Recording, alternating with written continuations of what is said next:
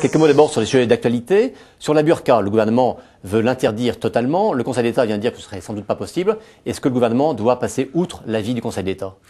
Il est normal qu'on demande l'avis au Conseil d'État, mais sa décision ou ses préconisations plutôt, à la fois sont dans la ligne de la jurisprudence extrêmement prudente du Conseil d'État. Je veux rappeler qu'en 1989, le Conseil d'État ne préconisait pas l'interdiction des signes religieux ou ostentatoires à l'école. Quelques années après, le Parlement, à une immense majorité, sinon à l'unanimité, a voté pour l'interdiction des signes religieux à l'école.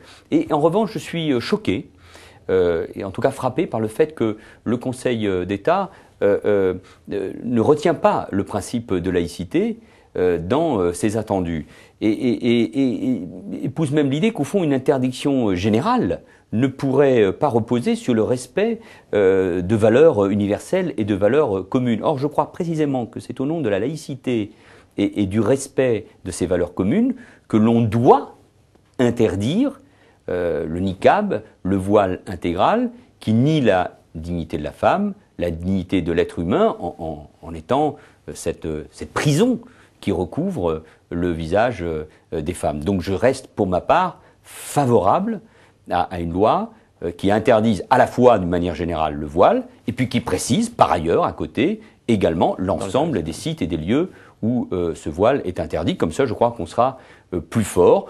Il y a des préconisations du Conseil d'État. Je considère moi que le Parlement est au-delà des clivages politiques et souverain. Alors si on lit bien les projets d'Arnaud Montebourg qui était chargé de préparer ces primaires, finalement ce sera un peu comme à Roland-Garros. Il y aura ceux qui seraient qualifiés d'emblée pour la compétition et puis ceux qui devraient faire une sorte de tour de qualification pour participer ensuite aux autres tours des primaires. C'est acceptable pour vous ce distinguo? Je crois qu'il faut des dispositifs extrêmement simples. Des millions d'électeurs, ceux qui sont inscrits sur les listes électorales, pourront participer à ces primaires.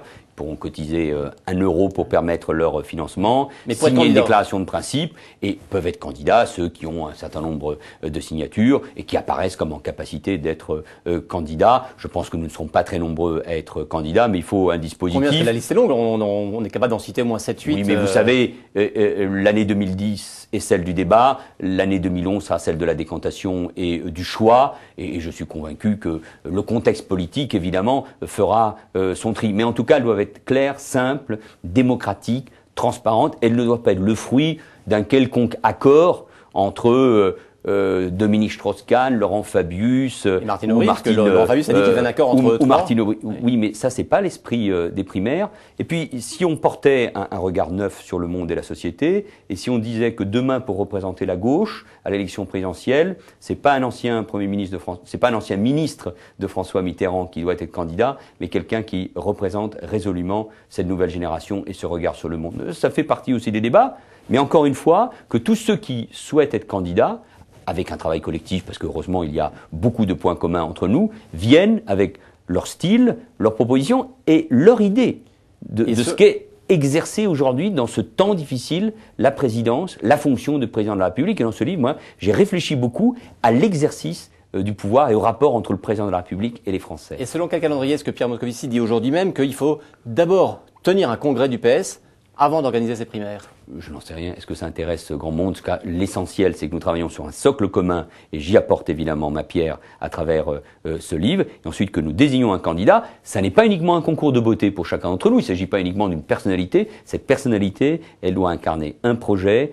un style, une idée qu'il a de la France, et du sens qu'il donne aujourd'hui à ses convictions et à ses orientations de gauche. On termine d'un mot avec la relation du PS avec les Verts, puisque Daniel Cohn-Bendit dit, eh bien, renonçons à avoir un candidat à la présidentielle en échange de la garantie d'un groupe parlementaire à l'Assemblée que nous ferait le PS.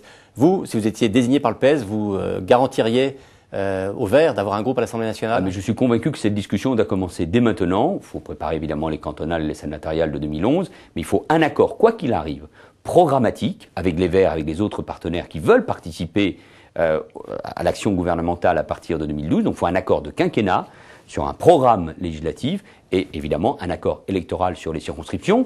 Est-ce que les primaires doivent être ouvertes aussi aux écologistes? J'y suis favorable, nous trancherons cette question dans quelques mois, mais si ces primaires populaires peuvent créer un élan à travers une candidature unique de la gauche et des écologistes, eh bien je crois que nous augmenterions nos chances de gain, de victoire en 2012 pour les Français.